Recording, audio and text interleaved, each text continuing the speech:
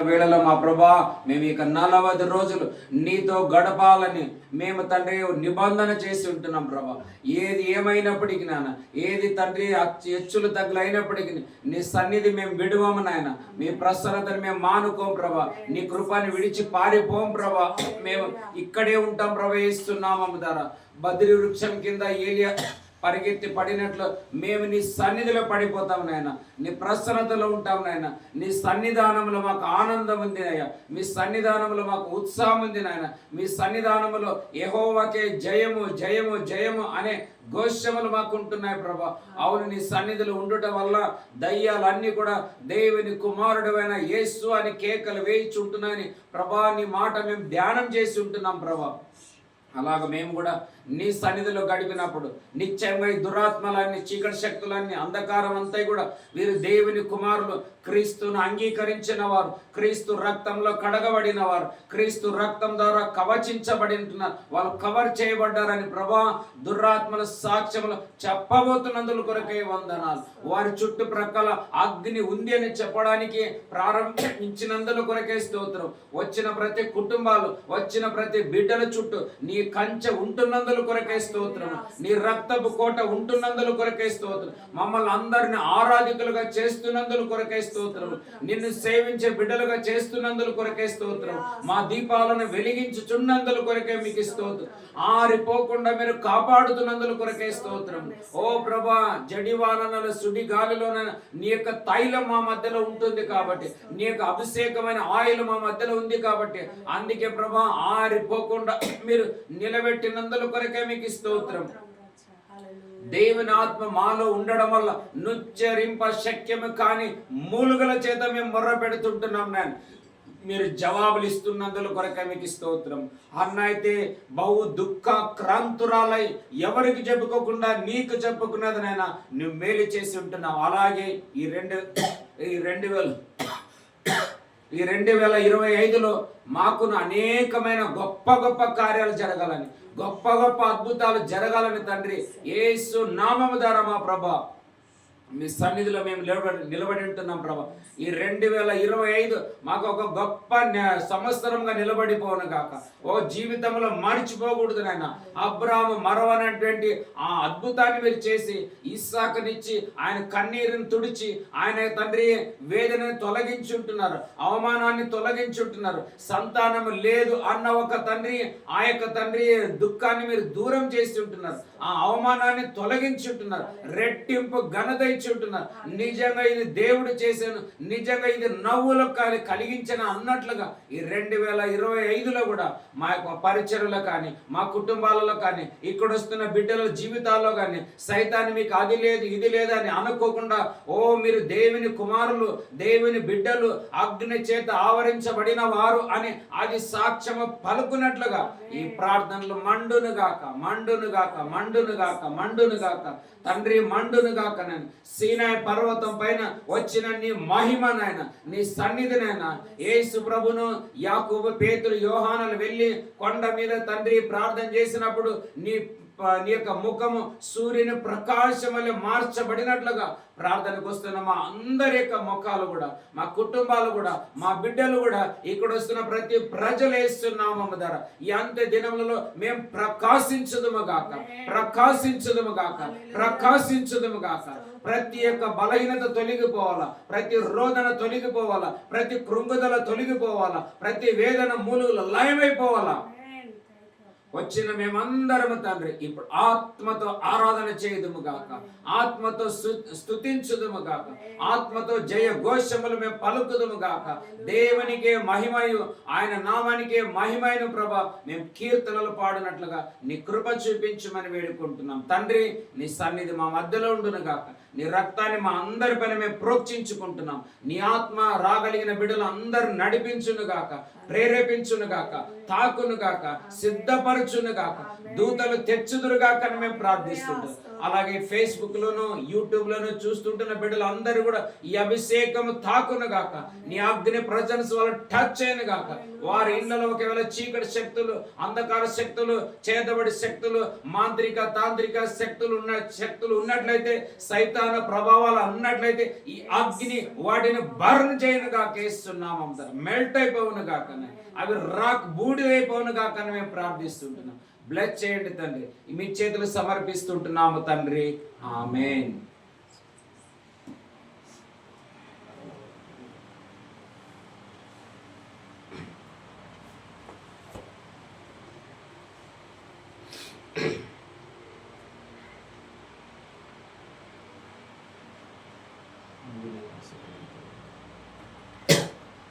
ఈ సమయంలో మనం అందరం కలిసి ఒక పాట పాడదాం. యేసు నామము ద్వారా దేవునికి మహిమ కలుగునట్లుగా అందరం కలిసి భూనివాసిಗಳೇ యెహోవాను స్తుతిసి అనే పాట పాడుతూ మనం అందరం కలిసి దేవుని స్తుతించాలని అంటున్నాం.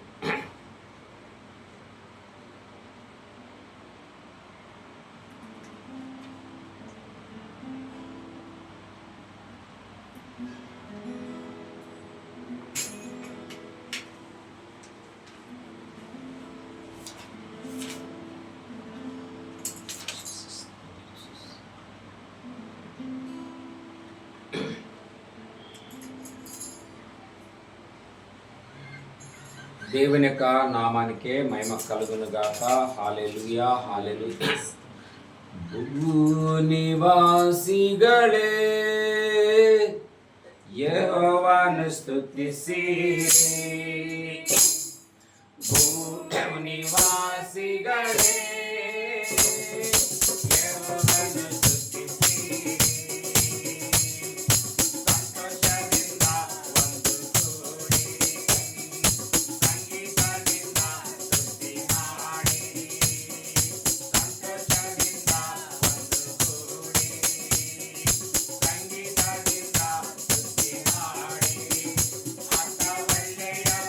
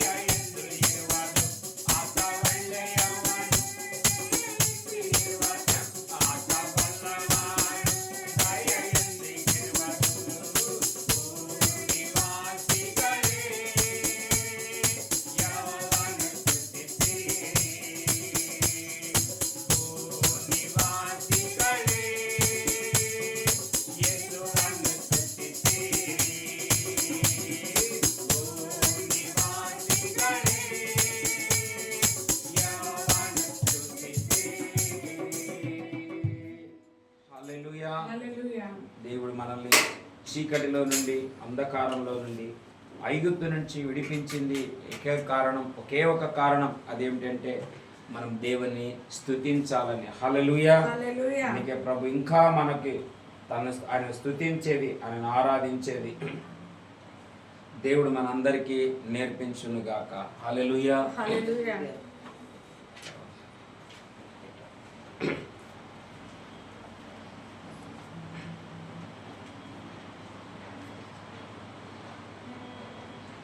ఈ సమయంలో మనమందరం కలిసి ఇంకొక పాట పాడదాం.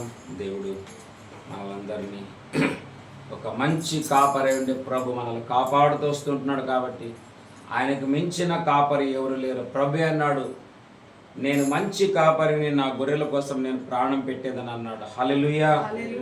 మన తండ్రిని మనం ఎల్లప్పుడూ మర్చిపోకూడదు. అనేకుల ఇళ్లలో నిన్న కూడా మొన్న ఎప్పుడో ఒక ఫేస్బుక్లో చూసి ఉంటున్నాను, అనేక పిల్లలకి కుటుంబాల్లో తండ్రి విషయం తెలియదంట.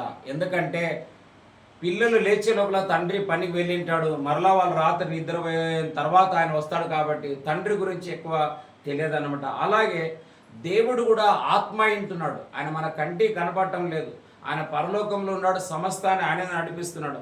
అట్లా ఈ లోకంలో ఉంటున్న మానవాళి అంతా కూడా ఆయన కాపరి, ఆయన మనల్ని పోషిస్తున్నాడు అన్న విషయాన్ని కూడా అనేకులకు తెలియకపోవడం అది దేవునికి ఒక దుఃఖకరంగా ఉంది. కానీ మనకు తెలుసు, మనం గ్రహించి ఉంటున్నాం, మనం దాన్ని రుచి చూసి ఉంటున్నాం కాబట్టి అందుకే మనము యేసయ్యను మనం అందరం కలిసి ఆరాధన చేయని అంటున్నాం. హల్లెలూయా.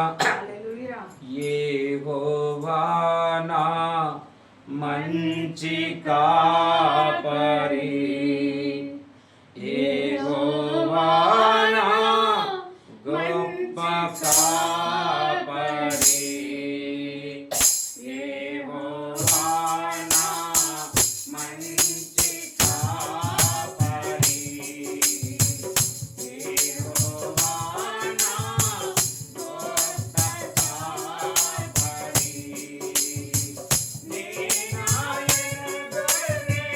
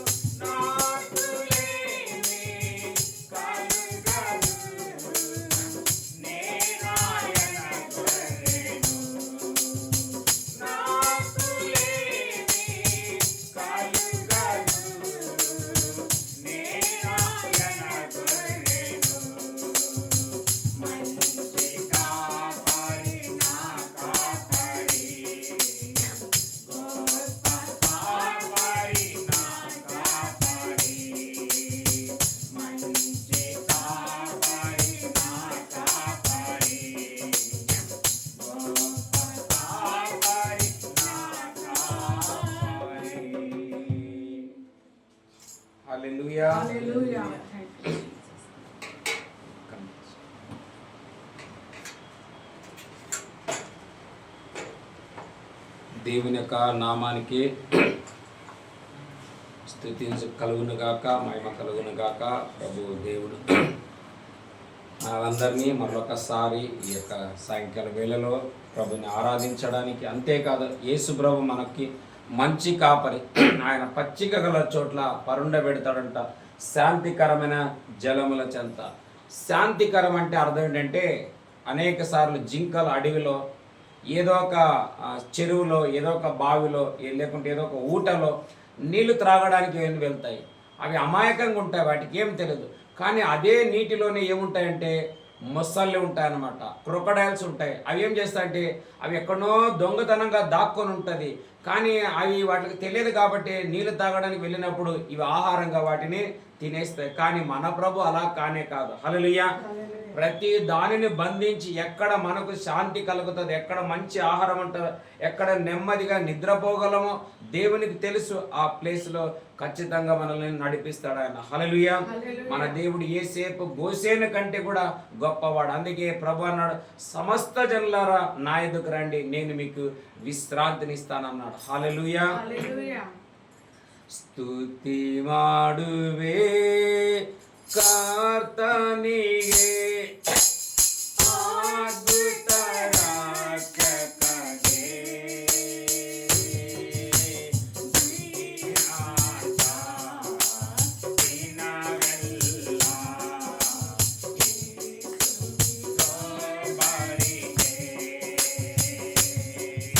ಯೇಸುವಿಗೆ, ದಿನಾಂತ ದಿನವೆಲ್ಲ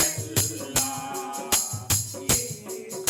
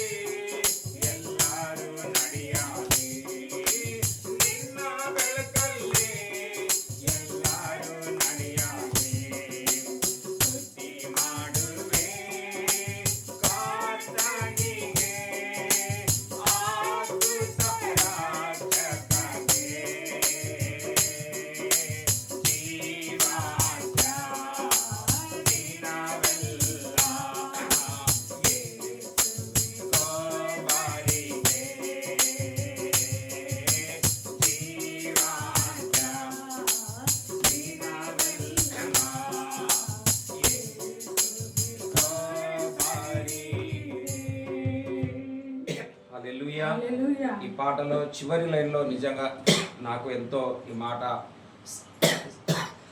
సంతోషంగా ఉంది. అదేమిటంటే నిన్న ಬೆಳಕಲ್ಲಿ ಎಲ್ಲರೂ నడియలి.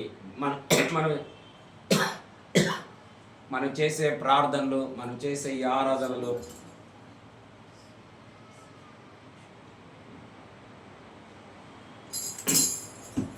ఇవన్నీ కూడా ప్రజలు దేవుని యొక్క వెలుగులోకి రావాలనే మనం చేసే ఈ ప్రయాసం, ఈ ప్రయత్నం, ఈ ప్రార్థనలు.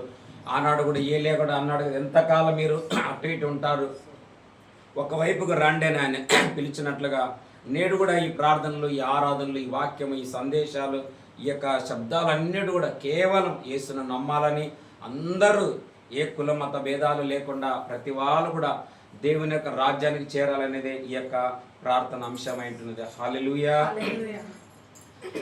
ఎదరదిరు నన్న మనవే, నేను కదలదిరు నన్న మనవే, ఎదరదిరు నన్న మనవే, నేను కదలదిరు నన్న మనవే.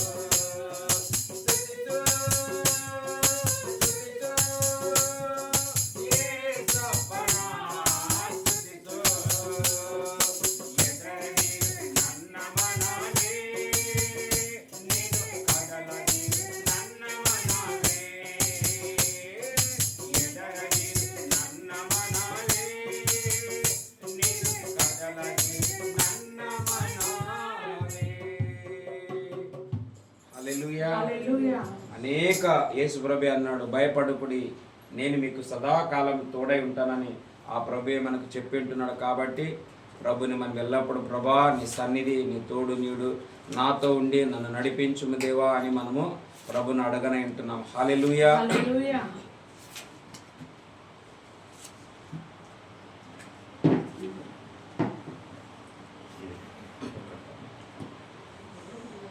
ఈ సమయంలో మీరు ఇట్లా గోడ కానుకోండి, అమ్మలు ఇద్దరు తల్లలు, మీరు ఇట్లా ముందు గోడ కానుకోండి. అలలు లేచినను, తుఫాను ఎగసినను, అలలు లేచినను, తుఫాను ఎగసినను, కాపాడే దేవుడవయ్యా, నీవు ఎన్నడూ మారవయ్యా, కాపాడే దేవుడవయ్యా, నీవు ఎన్నడూ మారవయ్యా, నా బలమంతా నీవేనయ్యా, నా బలమంతా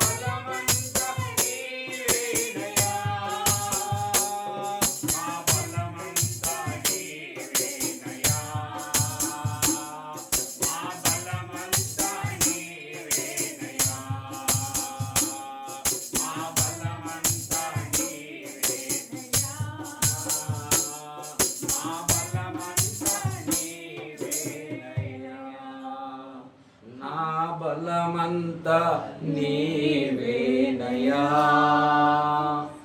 మా బలమంతా నీవేనయ్యా, నా బలమంతా నీవేనయ్యా,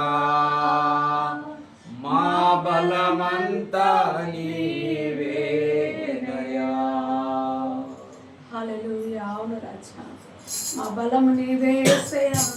మాకు ఈ లోక బలము సరిపోదు రాజా, నీ బలము మాకు కావాలి రాజా. ఎందుకంటే మా జీవితాలలో అలల వలె, తుఫానుల వలె ప్రభా, పెద్ద గాలులు ప్రభా మా మీదకి ఎగసి వచ్చినప్పుడయా మమ్మల్ని కాపాడేవారు ఈ లోకంలో ఎవ్వరు లేరు రాజా, కేవలం నీ ఒక్కడివే ప్రభా. మేము దరి చూడలేని సమయంలో, మేము ఈ సముద్రంలో మునిగిపోతామన్న సమయంలో ప్రభా మమ్మల్ని దరి చేర్చేవారు ఎవరున్నారని తండ్రి మేము వెతుకులాడినప్పుడు నైనా ఒక్కరు మాకు సహాయంకు రారు ప్రభా. కేవలం నీ ఒక్కడివే ప్రభా. నీ దయగల హస్తాన్ని అందించి ప్రభా మమ్మల్ని పైకి లేవనెత్తు వాడవు ప్రభా, నీకు స్తోత్రమయ్యా. మమ్మల్ని ఆదరించు వాడవు నీవే ప్రభా, మమ్మల్ని బలపరచు వాడవు, మా బలవంతుడవు నీవే ప్రభా. నీకే స్తోత్రాలు రాజా. యేసయ్యా, మా బలమైన దేవా నీకు స్తోత్రమయ్యా, మా కాపరిమైన దేవా నీకు స్తోత్రం. నైనా మమ్మల్ని భయపడకుము, నేను నీకు తోడుగా ఉన్నానని చెప్తున్న దేవా నీకు స్తోత్రం. అవును రాజా, అవకాలం మేము మా అనారోగ్య స్థితులను చూచి భయపడుతుండొచ్చు రాజా. నీవు అంటున్నావు, భయపడకు నా కుమారుడా, నా కుమార్తె నేను ఉంటున్నానని చెప్పిన దేవా నీకు స్తోత్రమయ్యా. మా ఆధారం నీవేనైనా, మా కారణభూతుడవు నీవే ప్రభా, మమ్మల్ని హెచ్చించు వాడవు నీవే ప్రభా, మమ్మల్ని నిలబెట్టు వాడవు నీవే ప్రభా. నీ వైపే మా చేతులు ఎత్తుతుంటున్నామయ్యా, నీ వైపే మా కన్నులు ఎత్తి చూస్తుంటున్నామయ్యా, నీ వైపే మా హృదయాలను తండ్రి, మా హృదయ అంతరంగముల నుంచి సహాయం గల చేయగల దేవుని వైపునైనా మేము చూస్తుంటున్నామయ్యా. ఎందుకంటే ఈ నెల రోజులు చేసే ప్రతి ప్రార్థన ప్రభా మేము కేవలం ప్రార్థిస్తుంటున్నాం మాత్రమే రాజా. అద్భుతాలు చేసే దేవుడవు నీవు నైనా, కార్యాలు చేసే దేవుడవు నీవు ప్రభా. మృత్యు తుల్యమైన శరీరాలను తిరిగి పునరుద్ధరించే దేవుడవు ప్రభా, నీకు స్తోత్రం నైనా. అలాంటి గొప్ప దేవుణ్ణి ప్రభా మేము ఆశ్రయించుచుంటున్నామయ్యా. నిన్ను ఆశ్రయించిన వారికి నేను ఏ మేలు కొదవై ఉండదని చెప్పిన దేవానికి స్తోత్రం. నీ వైపు చూచిన వారి ముఖములు ఎన్నడికి సిగ్గుపడవని చెప్పిన దేవానికి స్తోత్రం. అవి లజ్జింపవు నాయనా, ఎల్లప్పుడూ ఆనందంతో, సంతోషంతో, సమాధానంతో ఉంటానని చెప్పిన ఆ వాగ్దానం నైనా చేరి వస్తున్న ప్రతి ఒక్కరి కుటుంబంలో యేసు నామములో నెరవేర్చబడును గాక రాజా. నీ సన్నిధి, నీ కృప మాకు తోడుగా ఉండే నడిపించను గాక. ఇంతవరకు నేను ఆరాధించి, నేను ఘనపరిచి, నీ నామంని హెచ్చించే కృపా భాగ్యాన్ని మాకందరికి ఇచ్చినందుకే నీకు స్తోత్రమయ్యా. విశేషంగా నీ దాసుని యేసు నామంలో తండ్రి అభిషేకించండి ప్రభా, ఆత్మతో నింపండి ప్రభా, కృపతో నింపండి ప్రభా. బలహీనములు ప్రతిదీ యేసు నామంలో కొట్టి వేయబడును గాక రాజా. ఆ బిడ్డ నోట నుంచి నీ రేమ వాక్కు రాజా రెండంచెల ఖడ్గం వల్ల బయలువెడును గాక రాజా. నీ నామం మహిమ పరచబడును గాక. నీవే హెచ్చించబడాలి ప్రభా, నీ నామం ఉన్నతగా హెచ్చించబడలాగున రాజా. ఇక్కడ అద్భుత ఆశ్చర్యమైన కార్యములు, మహత్తరమైన కార్యములు, జరగలేనివి మహత్తరమైన అద్భుతాలు చేసి నీ నామాన్ని మీరు మహిమ పరచుకోమని మీ ఆత్మకు మమ్మల్ని మేము సమర్పించుకుంటూ, మమ్మల్ని మేము తగ్గించుకొని మీ నామంని హెచ్చిస్తూ యేసు నామం అడిగి వేడుకుంటున్నాము తండ్రి. ఆమేన్. హల్లెలూయా. దేవుని యొక్క నామానికే మహిమ కలుగును గాక. ప్రభు యొక్క కృపను బట్టి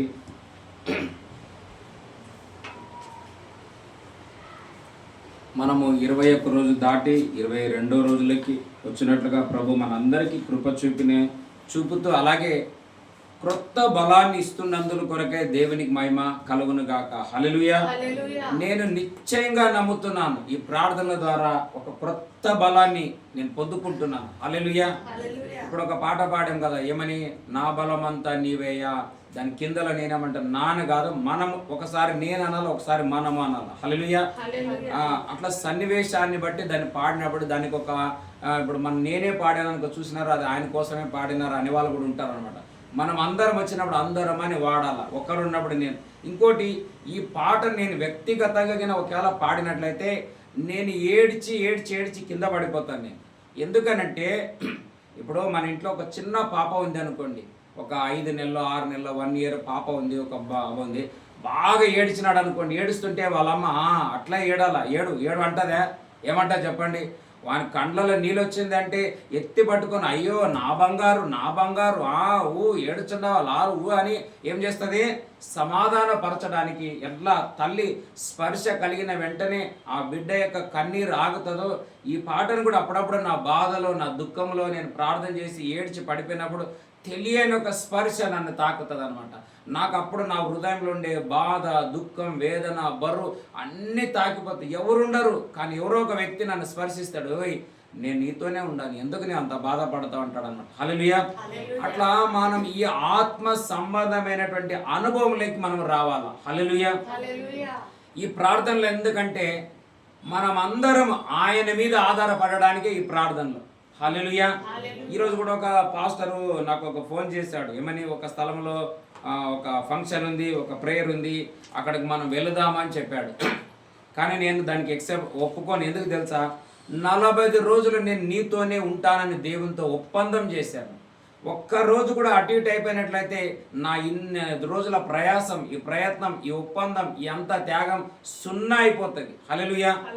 ఎవరన్నా ఏదైనా అనుకోవచ్చు, రాలేదు కదా అది అంటారు. ఈ లోకం మొన్న కూడా చెప్పాను కదా, నిన్న చెప్పాను కదా, స్టెఫెనుని చూసి కొంతమంది పండ్లు కొరికినారని రాయబడింది. మనం కూడా ఈ మనస్సులను మనం పెట్టుకోకూడదు, మన గురి అంతా దేవుని వైపే ఉండాలి. హల్లెలూయా. పరుగెత్తేదా పరుగెత్తేదా పిలుపుకు తగిన బహుమతికై. హల్లెలూయా. మనం ఈ లైన్లో పరిగెత్తినప్పుడు మనకని ఒక బహుమానం ఉంటుంది, మనకని ఒక గిఫ్ట్ ఉంటుంది. అది మనం చూడాలి. దేవుని అడిగితే మేము ఎందుకు ఇంతలా త్యాగం చేశామంటే నాకు తెలుసు. హల్లెలూయా. దేవుడు నా పట్ల ఉంచిన గిఫ్ట్లు అది ఎవరికి తెలియదు, నాకు తెలుసు, ఆయనకు తెలుసు. హల్లెలూయా. ఆయన దాచి ఉంచిన మేలులు అవి ఎంతో గొప్పవి. ఆయన ఎందు భయభక్తి కలిగిన వారికి అని రాయబడినట్లుగా యేసేపు కూడా తెలియదు. ఆయన ఎన్నో 13 సంవత్సరాలు ఐగుప్తులోనే ఉన్నాడు. ఆయన గోషెన్ అంటే ఏం తెలియదు ఆయనకి, అక్కడ ఏం పంటలు పండుతాయో తెలియదు. కానీ ఎప్పుడైతే జైల్లో నుండి బయటకు వచ్చి ప్రధానమంత్రి అయ్యి అప్పుడు గుర్రం మీద కూర్చొని ఊరంతా తిరిగినాడు, పట్టణం అంతా తిరిగినాడు. అప్పుడు ఏ పంటలు ఎక్కడ, ఏ భూమి ఎక్కడ ఏముంటో అన్నీ చూసినాడు.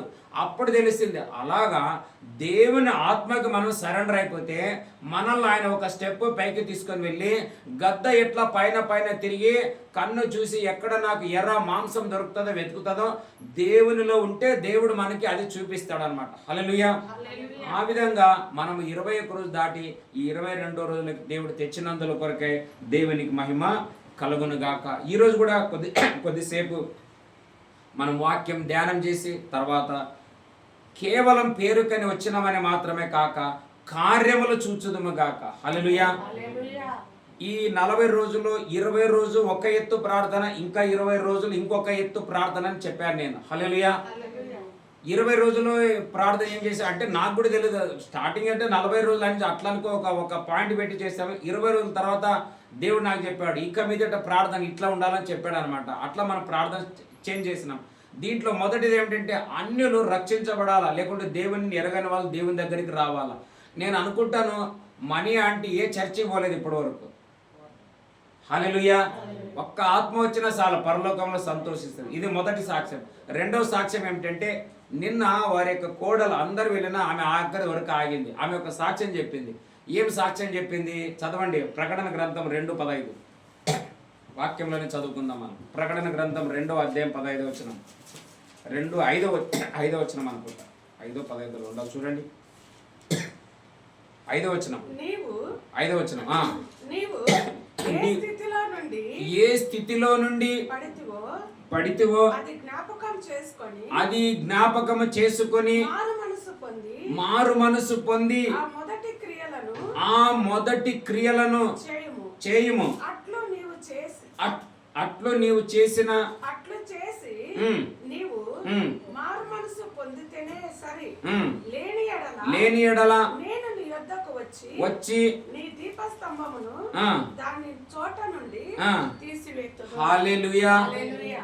ఈడ కొన్ని వాక్యాలు మన పైన అధ్యాయం చదివినప్పుడు ఎవరు ఒకసారి ఆ అక్క చదువుతున్నది, ఒకసారి సిస్టర్ చదువుతుంది, ఒకసారి ఈమె చదువుతుంది. ఎందుకో తెలియదు, నాకు సడన్ గా ఈ వాక్యం వచ్చినప్పుడు అమ్మ జ్యోతి నీవు చదువు, నీ జ్యోతి వెలుగును గాక అన్నాను. మీరు వింటారు, నేను అన్నాను మీ జ్యోతి వెలుగును గాక అని. ఆమె ఈ వాక్యం చదివిన తర్వాత మనసులో చాలా దుఃఖపడ్డదంట. మనసులో దుఃఖపడి పశ్చాత్తాపం కూడా పడ్డదంట. ఏమిటంటే ఆమె అన్నది, నిజంగా చెప్పాలంటే అన్న, మేము ఒకప్పుడు కంటిన్యూ ప్రేయర్లు, కంటిన్యూ ప్రార్థనలు, కంటిన్యూ వాక్యం బాగా ఉండేది. కానీ ఇప్పుడు అంతగా నేను ఉండలేకపోయాను. నిజంగా ఈ వాక్యము దేవుడే నాకే మాట్లాడాడని నేను నమ్ముతాను, అదే నా సాక్ష్యం అన్నది ఆమె. హల్లెలూయా. మన రెండు ప్రార్థనల అంశం ఏంటంటే, ఒకటి అన్యులు దేవుని దగ్గరికి రావాలా, దేవుని నుండి దూరమైన వాళ్ళు మరలా ప్రార్థనలో గడుపుతామనడానికి ఒప్పందం చేయాలి. అలాగే మా చిట్టువదిన వాళ్ళ కుమార్తె జాయిస్ కూడా అన్నది, బాబాయ్ నేను ఇప్పుడు ముందుట్లా కాదు, ఇప్పుడు నేను బైబిల్ చదవాలని మనసు అవుతుంది, ప్రార్థన చేయాలని మనసు అవుతుంది అని కూడా చెప్పి ఉంటున్నారు అనమాట. హల్లెలూయా. ఈవెన్ మేము కూడా ఈ 10 సంవత్సరాలలో చూడలేని ఒక ఆనందాన్ని ఇప్పుడు చూస్తుంటున్నాను నేను. మేము మాట్లాడుకుంటున్నాం, మాకు తెలుసు. మొన్న కూడా ఏమో చెప్పింది, 17వ రోజు మనం చేసిన ప్రార్థనలు అన్నది, ఈ 16 రోజుల కంటే ఈరోజు ఒక ప్రార్థన ఏదో నాలో కూడా ఒక కొత్త ఆనందం, ఒక కొత్త కదలిక వచ్చిందని చెప్పింది. అలాగా ఈ 40 రోజులు కూడా ఇది మన సొంత ఆలోచన కానే కాదు, ఇది దేవుడే దీనిని ప్రారంభించి ఉంటున్నాడు. హల్లెలూయా. అలాగే 21 రోజు దాటి ఉంటున్నాం, ఈరోజు 22లో వచ్చి ఉంటున్నాం. ఈ మిగిలిన దినాలన్నీ కూడా ఇంకా మనం బలంగా మండుదుంగాక. ఇదొక సమయం అన్నమాట. హల్లెలూయా.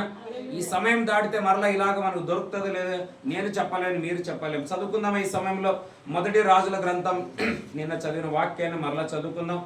మొదటి రాజుల గ్రంథం 19వ అధ్యాయము 8, 9, 10 వచనాలు చదువుకుందాం.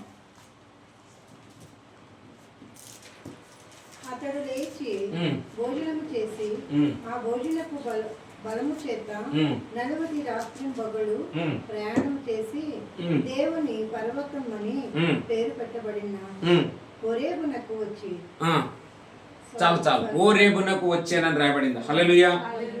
అతడు లేచి, చదవండి సిస్టర్ ఆ మాట 8.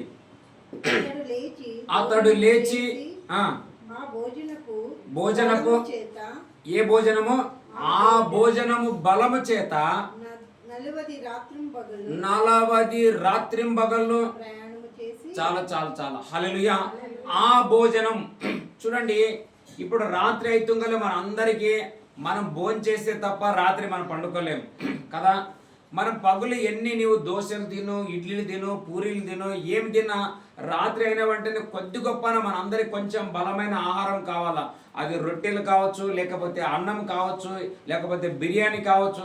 ఇంకెందుకు మరి ఇదే సాయంత్రం మనం వెళ్ళినట్లయితే ఎక్కడ చూసినా అన్ని రోడ్ల కాడ అన్ని హాట్ దొరుకుతుంటాయి. ఎక్కడ చూసినా గ్యాసులు మండుతుంటాయి, స్టవ్లు మండుతుంటాయి. ఈవెన్ మన ఇళ్ళకి వెళ్ళి మనం చూసినా తల్లులైన వారు ఈ రాత్రికి ఆహారానికి సిద్ధపరుస్తుంటున్నారు. మన మార్కెట్ సిబెటికి వెళితే ఆడ ఇంకా చూడాల, గోబీ మంచర్ల కాడ ఇల్లి బా అని గ్యాస్ బల్లిబా అంటుంటది కదా. అంటే ఎందుకు ఈ ఆహారము, సాయంకాలం యొక్క ఆహారము మనకి ఏదో రాత్రి ఏం చేస్తుందంటే బలాన్ని అంటే ఏమిటంటే, మనము ఉదయం టిఫిన్ తింటే మళ్ళీ మధ్యాహ్నం కల్లా ఏమైనా తింటాం. మధ్యాహ్నం తిన్న లోపల సాయంత్రం 5, 6 అయిన తర్వాత మరలా ఏదో కొద్ది గొప్ప లైట్గా తినాలనిపిస్తుంది.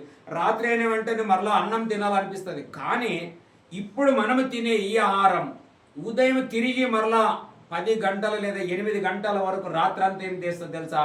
బలాన్ని ఇస్తుంది అనమాట. హల్లెలూయా. అలాగా ఈ 25 రోజుల ఈ వాక్య సందేశాన్ని కూడా మనము శక్తికి మించిన ఈ ఏడాది అంతా మనం ప్రయాణం చేయలాగిన భయపడిపోకుండా, దిగులు పడిపోకుండా, చింతపడిపోకుండా, మనం పడిపోకుండా, వెనక ఆలోచన చేయకుండా దేవుడు ఈ వాక్య ప్రార్థనల ద్వారా ఒక క్రొత్త బలాన్ని ఇచ్చి మనం కూడా ఏలియాలాగా ఏం చేయాలంట? శక్తికి మించిన ప్రయాణములు చేసి ఆయన ఓరేబుకు చేరుకున్నాడు అన్నట్లుగా మనమందరం 2026లో జనవరి 1వ తేదీ చేరుకుందుముగాక. హల్లెలూయా. ఓరేబు అనే మాటకు అర్థం ఏంటంటే దేవుని యొక్క సన్నిధి, దేవుని యొక్క ఆలయము, దేవుని యొక్క పర్వతము అని దాని అర్థం అనమాట. అట్లా మనం కూడా ఏం చేయాలి, అక్కడ మనం చూసి ఉంటున్నాము 2 మార్లు దేవదూత వచ్చి టచ్ చేసి ఉంటున్నది, 2 మార్లు అని మనం వెనకాల చూస్తుంటాం. దేవదూత అని రాయబడిన ఆ పదం కొన్నిసార్ల దేవుడు అని ఉంది, కొన్నిసార్ల యెహోవా అని ఉంది, కొన్నిసార్ల దూత అని రాయబడ్డది, కొన్నిసార్ల దేవదూత అని రాయబడ్డది, మరలా కొన్నిసార్ల దేవదూతలు అని రాయబడ్డది. కానీ ఇక్కడ దూత అనబడి ఈ పదము దూత కానే కాదు, ఇది స్వయం దయించు అగ్ని అయిన దేవుడైన యెహోవాయే అయి ఉంటున్నాడు. హల్లెలూయా. చదువుదామా? నిర్గమకాండం 3వ అధ్యాయం 1-2 వచనాలు చదవండి, అక్కడ తెలుస్తుంది మనకి. ఈ దూత అనే పదము దేవునైన అగ్ని అయి ఉంటున్నదని చూస్తుంటున్నాం. ఆయన 3వ అధ్యాయం 1-2, నిర్గమకాండము 3వ అధ్యాయం 1-2 వచనాలు. మోషే హోషేయను యాజకుడైన ఇత్రో అను తన ఆ. మామ ఆ. మందను మేపుచు ఆ మందను ఆ. అరణ్యము ఆ. అవతలకు ఆ. తోలుకొని ఆ. దేవుని పర్వతమైన హోరేబునకు వచ్చాను. ఒక పొద ఆ. నడిమిని ఆ. అగ్ని జ్వాలలో ఆ. యెహోవా దూత ఆ. అతనికి ప్రత్యక్షమాయెను. చాలు. హల్లెలూయా. ఇక్కడ ఓరేబు అని ఉంది, ఏలే కాలంలో కూడా ఏమని ఉంది తెలుసా? ఓరేబు అని ఉంది. ఇక్కడ ఓరేబు అనే ఆయన అరణ్యం దాటినాడు. ఈవెన్ ఏలియా కూడా ఈ భయంకరమైన పరిస్థితులు తప్పించుకొని ఎక్కడో ఒక అడవిలోకి అరణ్యంలోకి వెళ్ళి ఒక చెట్టు కింద పడి మరణాన్ని కోరితే దేవుడు అన్నాడు, అయ్యా నువ్వు మరణం కోరొద్దు, నేను మిమ్మల్ని చంపడానికి కాదు వచ్చింది ఈ లోకానికి, జీవమును అది సమృద్ధి జీవం వచ్చి ఇచ్చుటకు నేను వచ్చిందని యేసు ప్రభు దేవుడు అక్కడ చెప్పి ఉంటున్నాడని నేను నమ్ముతుంటున్నాను. హల్లెలూయా. సైతాన్ అయితే బైబిల్ ఏమంటది? సైతాన్ దొంగతనమును హత్యను నాశనం చేయడానికి వస్తాడు, మరి దేనికి రాడు. నేనైతే వారికి జీవమును అది సమృద్ధి జీవం ఇచ్చుటకు వచ్చినాను అన్నట్లుగా ఆయనేమో మరణం కొలితే దేవుడు 40 రోజుల శక్తికి మించిన ప్రయాణం ఇచ్చి నీళ్లు తాకోకుండా, అన్నం తినుకోకుండా, అది రాత్రి అనుకోకుండా, పగలు అనుకోకుండా ఆయన ప్రయాణం చేసి ఉంటున్నాడు. ఎవరంటే ఏలియా అన్నమాట. హల్లెలూయా. ఇప్పుడు మీరు మనం ఆలోచన చేయాలా, ఆయన అరణ్యంలో ఉన్నాడు. పగలంటే మనకు చంద్రుడు కనపడతాడు కాబట్టి వెలుగు ఉంటుంది, సూర్యుడు కనపడతాడు కాబట్టి వెలుగు ఉంటాడు. కానీ ఆ కాలంలో అరణ్యంలో మరి అది చంద్రుడు కనబడే కాలమో లేదో మనకు తెలియదు, కానీ అంత చీకటిలో ఆయన ప్రయాణం చేసినాడు. చీకటిలో కూడా ఎట్లా ప్రయాణం చేసినాడంటే దేవుడే అగ్ని అయిన దీపముగా ఉన్నాడు అనమాట. అదే అనమాట, నేను నడిచే త్రోవలన్నీ నీకు తెలుసు అని దావీదు అంటాడు. నేను నా యొక్క మార్గంలో నీ దీపాన్ని నేను ఉంచుకున్నాను అని అంటాడు అనమాట. 119, 105 కీర్తనలో ఉంటా, చదివేది. అట్లా ఏలియాకు ఏమన్నాడంటే నేను నిన్ను నడిపిస్తానంటే ఆ దూత వెలుగై నడిపించిందని నేను నమ్ముతాను.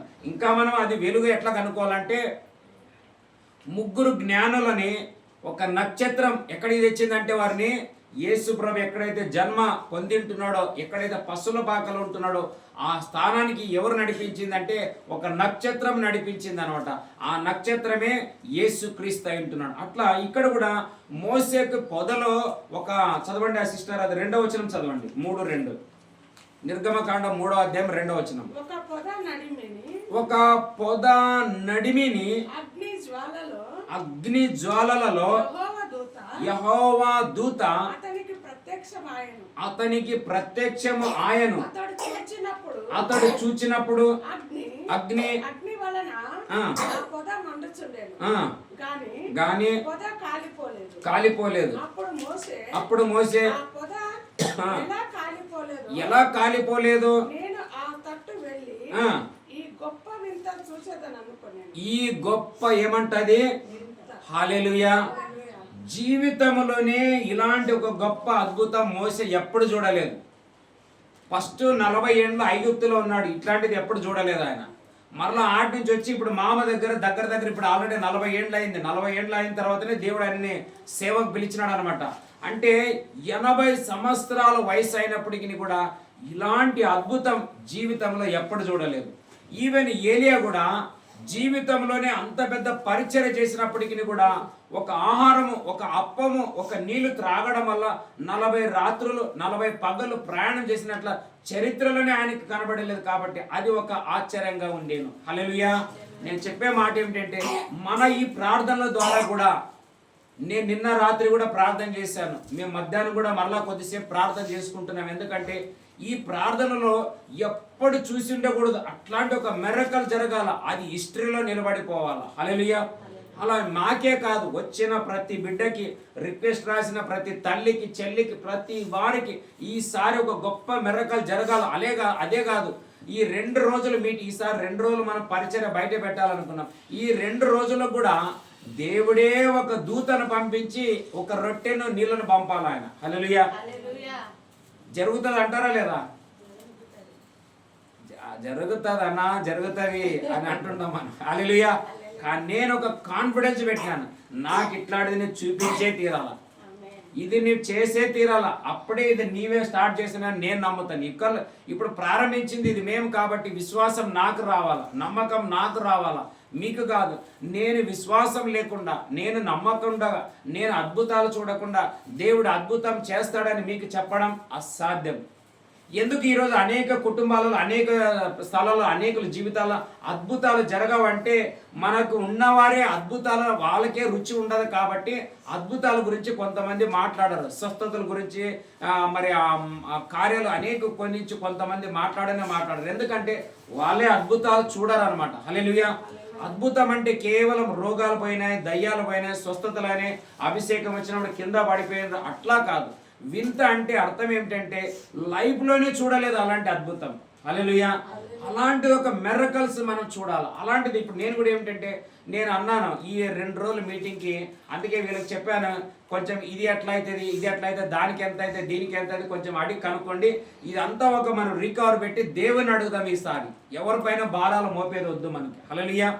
పోయినసారి ప్రేమతో అందరు ఇచ్చారు, ప్రేమతో ఇచ్చే వాళ్ళు మేమేమన్నా, కానీ ఈసారి నీవే ఈ 2 రోజుల ఆహారం చూడాలి మాకు. హల్లెలూయా. మీటింగ్లు ఏముంటున్నా, ప్రేయర్లు ఏముంటున్నా, ఏ పాస్టర్లు రావాలి, ఎవరు రావాలి, ఏం చేయాలి, అన్ని దేవదూతనే చూడాలా. అందుకే ఆయన అంటున్నాడు, చదువు మాట మరొకసారి 3వ అధ్యాయం 2వ వచనం. ಸಿಸ್ಟರ್ ನೀವು ಕನ್ನಡದಲ್ಲಿ ಓದ್ರಿ 3:2.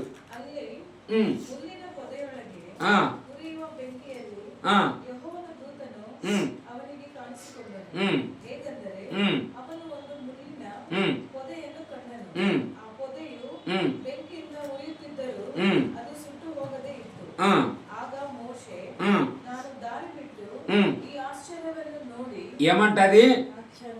ఆశ్చర్యం. హల్లెలూయా. అదే తెలుగులో వింత ఉంది, కొన్ని ట్రాన్స్లేషన్లో, మరి ఇంగ్లీష్లో ఎట్లుంది మనకు తెలియదు. ఇంగ్లీష్లో ఏముంది ఆ పదం? సూపర్. మా వదిన ఈడ ఇంగ్లీష్ మీడియం టీచర్ ఉంది, చదవండి 3:2. Angel of the Lord appeared to him in flames of fire from within a bush. Moses saw that though the bush was on fire, it did not burn up. So Moses thought, I will go over and see this strange sight, why the bush does not burn up. When the Lord saw that he had gone over to చాలు okay. ఏసేపు ఒక మాట అన్నాడు అన్నగారులకి, మీరు ఈ కరువులో ఇక్కడికి రండి, నేను ఏం చేస్తానంటే మిమ్మల్ని ఆశ్చర్యంగా పోషిస్తాను అన్నాడు ఆయన. హల్లెలూయా.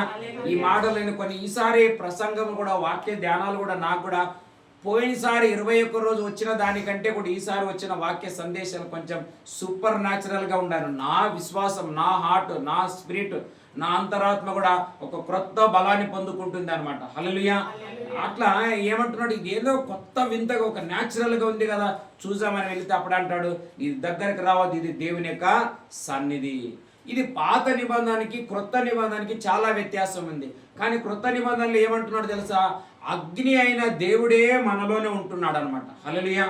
పాత నిబంధనకి క్రొత్త నిబంధనకి ఎంత తేడా ఉంది అనేది మనం అందరం తెలుసుకోవాలి. అందుకే ఇప్పుడు దేవుని యొక్క సన్నిధి ఎక్కడ లేదు, దేవుని యొక్క అగ్ని ఎక్కడ లేదు, మన మధ్యలో ఉంది. మనమే ఏమై ఉండాలంటే అందుకే ఇప్పుడు సాయంత్రం అయ్యే కొద్దీ ప్రతి ఇంట్లో ట్యూబ్లైట్లు ఎట్లా వెలుగుతాయి, బల్బులు ఎట్లా వెలుగుతాయి, స్ట్రీట్ లైట్లు అన్నీ ఎట్లా, ప్రతి ఒక్క సాయంకాలం అయినా ఉంటేనే దేవుని ప్రజలు కూడా సాయంకాలపు యొక్క నైవేద్యాన్ని, ప్రార్థన, ఆరాధన, వాక్య ధ్యానం, రాత్రి విజ్ఞాపనలు, కొంతమంది నిద్రను మానుకోవటం, కొంత త్యాగం చేయాలి. మనం ఎప్పుడు కాదు, ఒక టైం ఉంటుంది. అలా చేస్తే నిశ్చయంగా మన కుటుంబాలు ఏమైతే మండించబడతాయి అన్నమాట చివరి దినాలలో. హల్లెలూయా. అందుకే ఆయన అన్నాడు, ఇది ఏందో వింత ఉంది అని చూస్తే అప్పుడు అక్కడ దేవుని సన్నిధి ఆయన చూసి ఉంటున్నాడు. మనం ముందు ఇంకా చదువుకుంటూ వెళితే అప్పుడు అంటాడు, రా నా ప్రజలు ఏమైనారంట, చాలా కష్టంలో ఉంటున్నారు. వారిని విడిపించడానికి ఎవరు కావాలంట? నీవే కావాలన్నాడు ఆయన. హల్లెలూయా. అందుకే మన ఇండ్లలో ఉన్న వాళ్ళందరూ వెలగాలంటే ముందు మనము వెలిగించబడాల. హల్లెలూయా. మోసేను నా దగ్గరికి రాని ఎందుకు పిలిచారంటే, చదువుదామా నిర్గమకాండం 19వ అధ్యాయము 18వ వచనం చదువుదాం. 19వ అధ్యాయం 18వ వచనం. యెహోవా అగ్నితో సీనాయి పర్వతం మీదికి దిగి వచ్చినందున అంతయు ధూమమయమై ఉండెను. కొలిమి అంటే చూడండి, ఇప్పుడైతే వేరే వేరే రకాలు, ఇప్పుడు గొట్టాలు పెడతారు, పొగ అంతా పైకి వెళ్తుంది, మనకు కనబడదు. మనం ఎక్కడైనా పెద్ద పెద్ద ఫ్యాక్టరీలు చూసినామనుకోండి, ఇనుము తయారు చేసేవాళ్ళు, లేకుంటే ఇటంగులు తయారు. ఇదే ఇజ్రాయెల్ ప్రజలకి ఫరో ఏమంటాడు తెలుసా? మీరు నిప్పు ముట్టియాలా, ఏ రోజుకి ఎన్ని ఇటంగులు మీరు ఇటంగులు మీరు చేసేయాలో అన్ని చేసే తీరాలి, అప్పుడే మీకు అన్నం పెడతాను, లేకుంటే లేదన్నాడు. తక్కువ అయ్యేటట్లేదు, ఎక్కువ అయ్యేటట్లేదు, లెక్క పక్క అన్నాడు ఆయన. హల్లెలూయా. మనల్ని కూడా దేవుడు అనుదినం ఎట్లా మనకి ఫైర్లో ఒక ఆకారంలో తేవాలో, దేవుని అగ్ని ఉంటే మనం ఆ ఆకారంలోకి మార్చబడతాం. అంటే మోసేని పిలువాడేమి ఏమిటంటే, నిన్న కూడా నేను చెప్పాను ఏమని, దేవుడై ఉండి కూడా మనిషిగా వచ్చిన యేసు ప్రభు కూడా ఈ భూమి మీద దగ్గ మెర్రిచుండెనని వాక్యం చదివాము. హల్లెలూయా. ప్రార్థనలోను, దేవునిలోను, వాక్యంలోను, ఆయనలో మనం కూడా లీలమైపోతే ఖచ్చితంగా మనం కూడా ఏమైపోతాం తెలుసా? హల్లెలూయా. మనం కూడా ఏమైపోతామంటే, లీలమైపోతే మనం కూడా ఫైర్ అయిపోతాం. నీళ్ళు కూడా మనం కూడా ఏమైపోతామంటే అగ్గిలాగా. ఇక్కడ ఎగ్జాంపుల్ చెప్తాను నేను, చూడండి. ఒక ఇనుము ఉంటుంది. ఇనుముని తీసుకోపోయి ఇప్పుడు ఎడన్నా బాగా నిప్పు పెట్టినారు అనుకోండి, అంటే ఈ నిప్పు పనికి రాదులేండి. కొలిమి ఉంటుంది. కొలిమి అంటే ఏం తెలుసా? మన ఈ ముందు ఇంజన్లు ఉండేటివి, దాంట్లో రాళ్ళు ఉంటాయి, బొగ్గులు ఉంటాయి, లావులాంటివి, బాగా మంట ముట్టించి దాంట్లోని ఒక ఇనుము వేసినాం అనుకో, కొంతసేపటికి ఇనుము ఏమైపోతుంది తెలుసా? కాలి వేడే చివరికి దీని ఆకారం, దీని రంగు కూడా ఎగ్జాక్ట్గా ఎట్లా నిప్పు ఉంటుందో ఇనుము కూడా నిప్పు ఆకారంలోకి వచ్చేస్తుంది అనమాట. వచ్చేసేదే కాక ఈ యొక్క ఇనుము ఏమైపోతుందంటే మెల్ట్ అయిపోతుంది అనమాట. హల్లెలూయా. ఈ ప్రార్థనల ద్వారా దేవుడు మనకి ఏం చేస్తున్నాడంటే, మనం అందరం కూడా ఇనుమే. ఏమిటంట? మనం అందరం కూడా ఇప్పుడు ప్రార్థనలు, నాకు బాగా తెలుసు, వాక్యం లోతుకు తెలుసు, మంచి ప్రార్థనలు ఉంటున్నాను, ఇంకా నన్ను పట్టేవాడు లేడు, కంట్రోల్ చేసేవాడు లేడు అనుకునేది కాదు. మనం ఎంతెంత నిప్పులోకి మనం వేయబడతామో అంతంత ఏమైపోవాలంట? మనము కరిగిపోవాలా. హల్లెలూయా. కరిగిపోవడం మాత్రమే కాక, ఏదైతే ఇప్పుడు చూడండి, మనం ఏదైనా పొయ్యి మీద ఏదైనా మనం వంట చేస్తున్నప్పుడు నిప్పు ఉంటుంది. నిప్పు పైన ఒక గంట కొంచెం పెట్టి ఇట్లా మనం బయటికి తీస్తే దాన్ని పట్టుకుంటే ఏమైతే చెప్పండి? అది కూడా వేడిగానే అవుతుంది. అలాగా ఈ ప్రార్థనలకు వస్తున్నా మనము, దేవుని సన్నిధికి వస్తున్నా మనము, దేవుని అగ్ని చేత తాకబడుతున్న మనం కూడా మన హృదయాలలో కూడా దేవుని యొక్క అగ్నియమై ఉండాలా, మండుచుండాలన్నమాట. హల్లెలూయా. అందుకే చదువుదాం, మరలా అక్కడికి వెళదాం. మొదటి రాజుల గ్రంథం 19వ అధ్యాయం 10వ వచనం చదవండి. మొదటి రాజుల 19:10.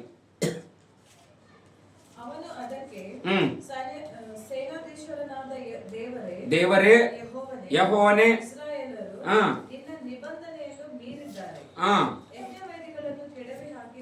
చూసినారా? యజ్ఞవేద అంటే ప్రార్థన బలిపీఠాలన్నీ పడివేసి ఉంటున్నారు. ఎవరో కాదు, అప్పుడప్పుడు అంటాడు సైతాన్ని పడివేసినాడు అన్న, సైతాన్ని పడివేసినాడు అన్న. మరి కొంతమంది అన్న అమ్మాయి పడేసిందన్న, అమ్మాయి పడేచ్చా మనం ఏది పడిపోయేది? అబ్బాయి పడేసింది, అమ్మాయి పడేసి మనం ఎందుకు ఉండేది ఇక్కడ? హల్లెలూయా. దేవుడు మనల్ని నిలబెట్టిన కాక వీటి అన్నిటిలోనండి. చదవండి. ಪ್ರವಾದಿಗಳನ್ನು ಕತ್ತಿಯಿಂದ ಸಂಹರಿಸಿದ್ದಾರೆ, ನಾನೊಬ್ಬನೇ ಉಳಿದು హల్లెలూయా. ఆసక్తన అనే మాటకు అర్థం ఏంటంటే, తెలుగులో ఏముంది తెలుసా? చదువు, తెలుగులో ఏముంది అండి? 10వ వచనం. అతడు త్రోసివేసి చేత ఆ. హతము చేసిరి. చేసిరి. సైన్యముల ఆ, అధిపతియగు ఆ. దేవుడునగు ఆ. యెహోవా ఆ. కొరకు ఉమ్. మహా రోషము గలవాడనై ఏమంట? రోషము గలవాడు మహారోషం గలవాడనై. హల్లెలూయా. ఇదే వచ్చిన సమస్య ఈరోజు. అనేకులలో దేవుని పట్ల రోషం లేదు, ఒక మంట లేదు, ఒక హృదయంలో ఏముండాలంటే ఒక తపన ఉండాలి. హల్లెలూయా. ఏమని ఉండాలి? ఎగ్జాంపుల్ చెప్తాను. ఇప్పుడు అనుకోండి, మీ నాయన ఉన్నాడు వదినా, మా నాయన ఏమో అడుగుతాయా అని ఉంటుంది. మా నాయన కదా. మా ఎగ్జాంపుల్ చెప్తా. ఇప్పుడు మన తండ్రిని ఎవరన్నా అన్నారు అనుకోండి, ఏమన్నా మనం ఏం చేస్తాం చెప్పండి? మా నాయనని నువ్వు అట్లా అనాలి అంటామా? ఏమనుకున్నా మా నాయన అంటే, అవునా లేదా మనం అంటాం. అదా ఇక్కడ ఏలే ఏమంటున్నాడు? నీవు ఇంత మమ్మల్ని ఐగుప్తు నుండి, కొలిమ నుండి, పాపం నుండి, శాపము నుండి, రోగము నుండి, నరకము నుండి తప్పించినావు. కానీ నీకోసం నేను రోషంగా బ్రతకకుండా, ఈ జనులు నీకోసం రోషంగా బ్రతకకుండా చేయకూడని కార్యాలు చేసి నిన్ను అవమానపరుస్తున్నారు. అవమానపరచుడే కాక వాళ్ళు ఏం చేస్తున్నారు తెలుసా? నిన్ను ఆరాధన చేయవలసిన ఈ ప్రతి వస్తువులన్నీ కూడా చెల్లించని వారికి గౌరవ సన్మానాలు ఏం చేస్తున్నారంట? చెల్లిస్తుంటున్నారు. ఇదే మోసే దగ్గర ఏమంటున్నాడు దేవుడు? నా ప్రజలు 20 లక్షల మంది ఐగుప్తులో ఏమంటారు? కొలిమి అని బైబిల్లో ఒకసారి రాయబడింది. అంటే వాళ్ళు ఎట్లున్నారంట పరిస్థితి? ఇంకా చావు బ్రతుకులో ఉన్నారు. చనిపోతాం, నేను ఈ బతుకోద్దు అన్న ఏలియా లాంటి పరిస్థితి ఉంటే దేవుడు కనికరించి, కృప చూపి, దయ చూపించి, అంతేకాదు 10 అద్భుతాలు చేసినాడు ఆయనకి. హల్లెలూయా. అట్లాంటి మెర్రకల్స్ కూడా లైఫ్లో ఇజ్రాయెల్ ప్రజలు ఎప్పుడు చూడలేదు. అట్లాంటివి చూసి మరలా వాళ్ళు విడిచిపెట్టకుండా వెంటాడి ఆ ఎర్ర సముద్రంలో చంపాలని చూస్తే వారిని కూడా మరలా దేవదూతనే నిలబడి వారందరూ నాశనం చేసి అక్కడి నుండి బయటికి తెచ్చి అరణ్యంలో రైల్వే జాబ్ లేకుండా, సెంట్రల్ జాబ్ లేకుండా, నీవు ఏ ఓవర్ టైం లేకుండా, ఏమి లేకుండా కేవలం స్తుతిసిదరే సైతానోడువా గుణిగిదరే తిరిగి బరువా అని పాట పాడమన్నాడు అంతే. అయినా ఈ ఇజ్రాయేల్ ఎంత దరిద్రులు అంటే ఏం చేసిండు మోసే? మా దేవుడు ఏం చేసిండు? అది ఇచ్చిండు కొత్తిమీర గింజలు, మన్నా అంట, మాకు తిని చాలా అవుతుందని మోసేగా తిరగబడ్డారనమాట. ఇంత చేసిన చూసి ఈ ఏలి ఏమనుకున్నాడు? ఇంత చేసినాడు మన దేవుడు, ఎంత బుద్ధిహీనులు, ఎంత మూర్ఖులు, ఇవన్నీ మర్చిపోయి అని అట్లా ఏమంటున్నాడు? హృదయంలో ఏం చేసినాడంట? ఒక రోషం కలిగి ఉన్నాడు. హల్లెలూయా. ఈ రోషం కింద నీవు నేను చూపకపోతే ఈ దినాలలో ఇంకొక రోషం ఉంది బయట. ఆ రోషం వచ్చి నీ మీద పడుతుంది. ఏం రోషం చెప్పండి? చదువుదామా? 1 పేతురుకు రాసిన పత్రిక 5వ అధ్యాయం 8వ వచనం. 1 పేతురు 5:8. 1 Peter chapter 5 verse 8. నిబ్బరమైన బుద్ధి గలవారమై. చూసినారా? నిబ్బరం అంటే ఇట్లా రోషం కలిగి ఉండాలి. ఇంకా అటు ఇటు మనం డౌట్ ఉండకూడదు. నిబ్బరమైన బుద్ధి గలవారమై మెలకువగా ఉండుడి. మీ విరోధి అయిన అపవాది గర్జించు కాదు, వానికి ఒక రోషం ఉంది అన్నమాట. హల్లెలూయా.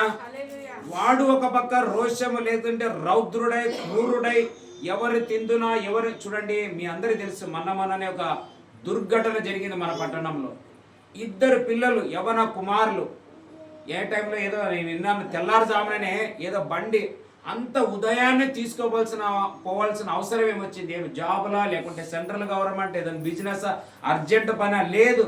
సాతాను యవనులు ఏం చేస్తారంటే, ఇప్పుడే కదా రేష్, ఇప్పుడే కదా యంగ్, ఇప్పుడే కదా నీ రక్తం ఉడికేది, బ్లడ్ అది ఇది అని ఏం చేస్తారంటే వాళ్ళ కొట్టిస్తే ఇదే రేస్, నన్ను చూడని, అందం చూడని ఏం చేస్తారంటే చాలా మంది వెళ్ళినప్పుడు జరగకూడని పరిస్థితులు. ఇదంతా వాళ్ళ ఉద్రేకం కాదు, వాళ్ళ ప్రాబ్లం కానే కాదు, వారిని రేకెత్తించిన సాతాను యొక్క ప్రభావం అన్నమాట. హల్లెలూయా. మనం కూడా ప్రార్థనలో ఉండకపోతే ఖచ్చితంగా చెప్తాను, మనము మన పిల్లల్ని ఖచ్చితంగా ఈ పని వాడు చేస్తాడు, వాని పనే అది అన్నమాట. హల్లెలూయా. అందుకే ఇలాంటి స్థితిగతులు మాకు రాకూడదని, మాకు వెండి లేకపోయినా పర్వాలే, బంగారం లేకపోయినా పర్వాలే, 2 అంతస్తులు బంగ్లా లేకపోయినా పర్వాలే, ₹1,00,00,000 BMW కార్ లేకపోయినా నాకు పర్వాలే. హల్లెలూయా. ఆకస్మికంగా కలుగు అపాయానికి మన పిల్లలు గురి కాకూడదు. బైబిల్లో రాయబడింది. యెషయా గ్రంథం 65:23 చదవండి. యెషయా గ్రంథం 65 అధ్యాయం 23 వచనం. 65:23.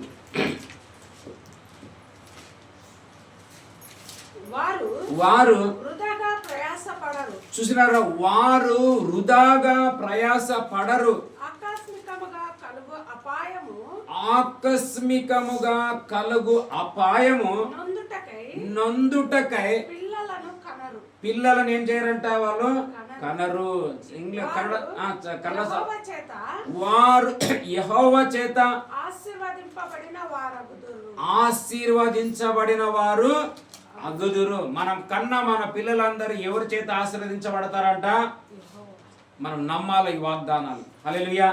ఇప్పటి నుండి మన మైండ్లో నా పిల్లల్ని సైతాన్ని ఏం చేయలేడు, నా భర్తని ఏం చేయలేడు, నా భార్యని ఏం చేయలేడు, నా తల్లిదండ్రులను ఏం చేయలేడు, నా అత్త మామగారులు ఏం చేయలేడు, నా స్నేహితులను వాడు ఏం చేయలేడు. మేము పుట్టింది దేవుని మహిమ కొరకు, ఆయన ఆశీర్వాదం పొందడానికి మేము పుట్టినామని మనము ఒప్పుకోలు చేయాలన్నమాట. హల్లెలూయా.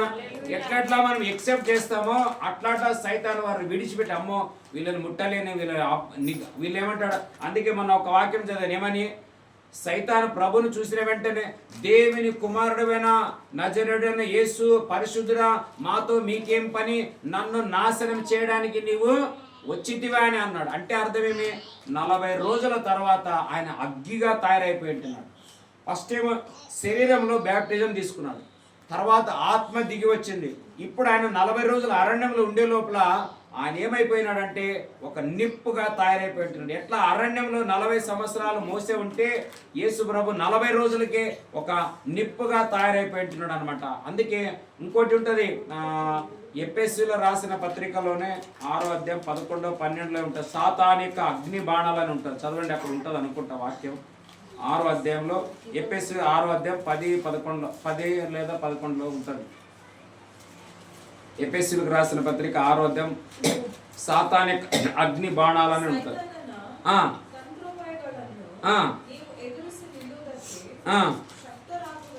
ಶಕ್ತರು ಆಗುವಂತೆ ದೇವರು ದಯಪಾಲಿಸುವ ಸರ್ವ ಆಯುಧಗಳನ್ನು ನೀವೇನ್ ಮಾಡ್ಬೇಕಂತ ధరించుకోవాలంటే ఆయుధాలలో ఒకటి ప్రార్థన అగ్ని ఆయుధం అన్నమాట. కన్నడ తెలుగులో ఉండే చదువు. మీరు అపవాది యొక్క తంత్రములను ఎదిరించుటకు దేవుడిచ్చు సర్వాంగ కవచమును ధరించుకొనుడి. మనము పోరాడు. ఆడ కింద ఎండ ఉంటది, వాని అగ్ని బాణాలను ఆర్పుటకు అని ఉంటది. 13 లేదా 14లో ఉంటుంది చూడండి. అగ్ని ఎన్ని వచ్చిన సిస్టర్? అది 16 ఓదురు సిస్టర్, ఓదురు. ఏమంట? కేవలం దేవుడే కాదు, అగ్గి సైతాను కూడా అగ్గి ఉన్నాడు. అంటే అర్థం ఏమిటంటే దేవుడు ఎట్లా ఒక రోషం కలిగి ఉన్నాడు. దేవుడు ఏ రోషం కలిగి ఉన్నాడు చెప్పండి. దేవుడు ఏమి రోషం కలిగి ఉన్నాడు అంటే తన జనులను ఎట్లయినా కాపాడాలనేదే తన రోషం కలిగి ఉన్నాడు. అందుకే నేను గద్దలాగా దిగి వచ్చి మిమ్మల్ని ఎత్తుకొని వచ్చి ఐగుప్తు నుండి బయటికి తెచ్చినాను అన్నాడు. ఎవరు? దేవుడైన యెహోవా. అంటే ఆయన ఒక రోషంతో దిగి వచ్చినాడు. ఏమని దిగి వచ్చిన? నాశనం అయిపోతున్న మనల్ని అందరూ రక్షించడానికి దిగితే సాతాను ఇంకొక పక్క రోషంగా దిగుతున్నాడు. ఏం తెలుసా? దేవుని ప్రజలం, ఆయన పిల్లలమైన మనల్ని రోగాల చేత, వేదనల చేత, పాపాల చేత, సమస్యల చేత, యాక్సిడెంట్ల ద్వారా ఎట్లనైనా కానీ మీరు నాశనం చేయాలనేది ఒక పక్క వాడు కూడా ఏం చేస్తున్నాడంటే రోషకరమైనటువంటి అగ్ని బాణాలని వాడు వేస్తున్నాడు. చదువుదామా తెలుగులో 6:16 చదువు. ఇవన్నీ గాక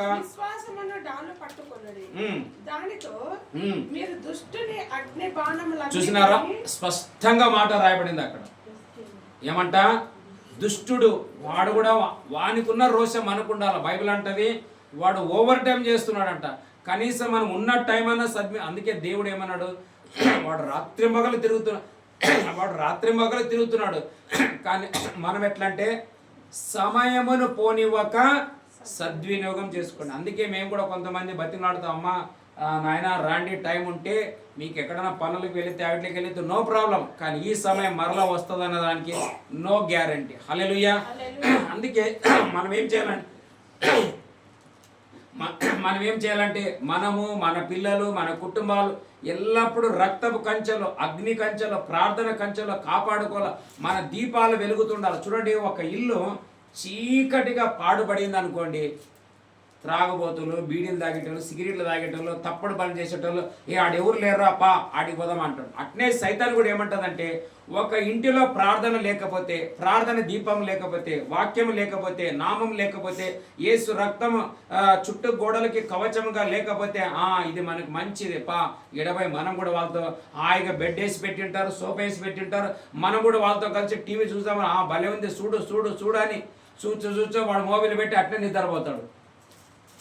సైతాన్ చేసే పనులు. అందుకే మనం టీవీ చూడాలా, మొబైల్ చూడాలా, వాట్సాప్ చూడాలా అన్నీ, కానీ వీటిని ఒక కంట్రోల్లో మనం పెట్టాలా, ఒక లిమిట్లో మనం పెట్టాలా. అప్పుడేమవుతుందంటే మనం కూడా మోసేలాగా అగ్నిలా తయారవుతాం. అందుకే దేవుడు ఏమన్నాడు, ఈ యొక్క అగ్గి పైన ఇక్కడ ధూమం ఉంది, ఇజ్రాయెల్ ప్రజలు రావద్దని చెప్పు, నీవు మాత్రమే రా అన్నాడు. ఎందుకంటే వాళ్ళు వచ్చినట్లయితే, చదువుదామా మళ్ళీ అక్కడికి వస్తాం. నిర్గమకాండం 18వ అధ్యాయము 19వ అధ్యాయం 19. Exodus, book of exodus chapter 19 and 19. ತುತ್ತೂರ ಧ್ವನಿ ಹೆಚ್ಚಾಗುತ್ತಾ ಬಂದಾಗ ಮೋಶೆಯು ಮಾತನಾಡಿದನು. ಆಗ ದೇವರು ಕೊಟ್ಟನು.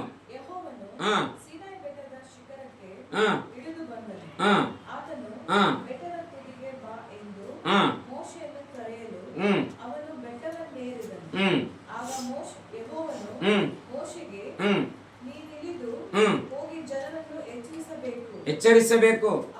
ಅವರು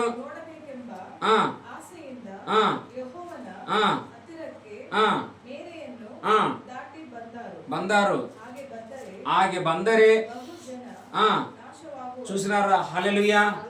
పాత నిబంధనలో అందరు ఇట్లా దేవుని ప్రజెన్స్ని అనుభవించడానికి ఆప్షన్ లేదు.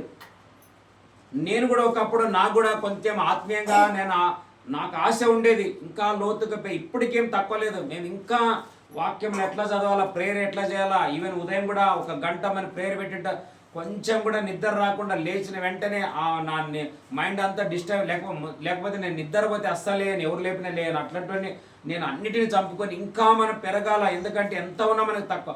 పాత నిబంధనలు అట్లుంది, కానీ కొత్త నిబంధనలో అట్లా లేదు. ఆశించిన ప్రతి వారికి ఇవ్వబడినని బైబిల్లో రాయబడ్డది. హల్లెలూయా. కానీ ఇప్పుడు మనం ఏం చేయాలంటే, మనము మన కుటుంబాలు అందరం అగ్గి దగ్గరికి రావచ్చు. పాత నిబంధనలు అట్లా ఆప్షన్ లేదు. అందుకే మళ్ళా 20వ అధ్యాయంలో 18వ వచనం, 20:18 ఆడ చదవండి. ప్రజలందరూ ఆ ఉరుములు, ఆ మెరుపులు, ఆ బూరధ్వని అంటే దేవుని యొక్క శబ్దం అన్నమాట.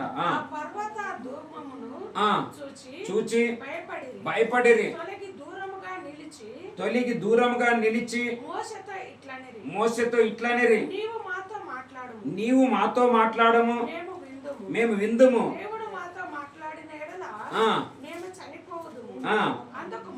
అందుకు మోసే చాలా చాలా చాలా హల్లెలూయా.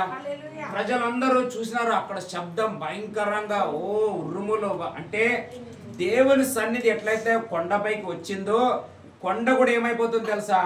కంపిస్తుంది, కదిలిపోతుంది. అంటే నేనేమంటానంటే, దేవుని యొక్క ప్రజెన్స్లో మనం వచ్చినట్లయితే మోసే లాంటి కోపిస్టులై ఉండొచ్చు, మనం కఠినస్తులై ఉండొచ్చు, గర్విష్ఠులై ఉండొచ్చు, అహంకారులై ఉండొచ్చు, ఘోర పాపులమై ఉండొచ్చు, ఘోర త్రాగుబోతులై ఉండొచ్చు, భయంకరమైన హత్య చేసిన వాళ్ళై ఉండొచ్చు, మర్డర్లు చేసిన వాళ్ళు, వ్యభిచారం చేసిన టెర్రరిస్టులై ఉండొచ్చు. ఎవరైనా కానీ ఒక్కసారి యేసు దగ్గరికి వచ్చినట్లయితే హల్లెలూయా, ఆయన ప్రేమ సన్నిధి వారిని ఆకర్షించేస్తుంది అనమాట. హల్లెలూయా. ఆయన సన్నిధి ఆకర్షించినట్లయితే ఆటోమేటిక్గా అవన్నీ పడిపోతాయి. ఎట్లా ఒక పాపాత్మరాల స్త్రీ యేసు ఆ ఇంటికి వచ్చినాడని తెలిసిన వెంటనే ఆయనకు మొక్కం కూడా చూడడానికి ఇష్టపడలేదు. వెనక నుండి వెళ్ళి అత్తరు బుడ్డిని పగలగొట్టి ఆయన తల మీద కాళ్ళ మీద పోసి పాదాలు ఆమె చేసిందంట, ముద్దు పెట్టుకున్నదని రాయబడ్డది. అంటే ఆయన చూడలేకపోయింది అనమాట, అంత ప్రజెన్స్ ఉన్నది ఆయనలో. అలాగా మన కుటుంబాలు కూడా ఈ అంత్య దినాలలో అట్లా ఉన్నట్లయితే ఆ ఆశీర్వాదాన్ని నీవు నేను నిశ్చయంగా అనుభవించబోతుంటున్నాము. ఈ ప్రార్థనలు అన్నిటికీ ఇదే కారణం ఏమిటంటే మనం ఆత్మలో కాదు, దేవుని యొక్క అగ్నిలోకి రావాలా. మనం వచ్చినట్లయితే ఈ అగ్ని మన అందరినీ ఈ అంత్యకాల నాశనం, ఎందుకంటే మనకు తెలియకుండానే మన చుట్టూ ఒకడు ఏం చేస్తున్నాడంట, గర్జించు సింహం వలె ఎవరిని మృంగుదునా ఎవరిని నాశనం చేదునా అని వాడు తిరుగుచున్నాడంట. కానీ వాని నుండి తప్పించబడాలి, మనము మన పిల్లలు తప్పించబడాలంటే అన్నిటికంటే ప్రాముఖ్యంగా ఒక్క పని చేస్తే చాలు, అదేమిటంటే మన ప్రార్థన అయి ఉండాలి. హల్లెలూయా.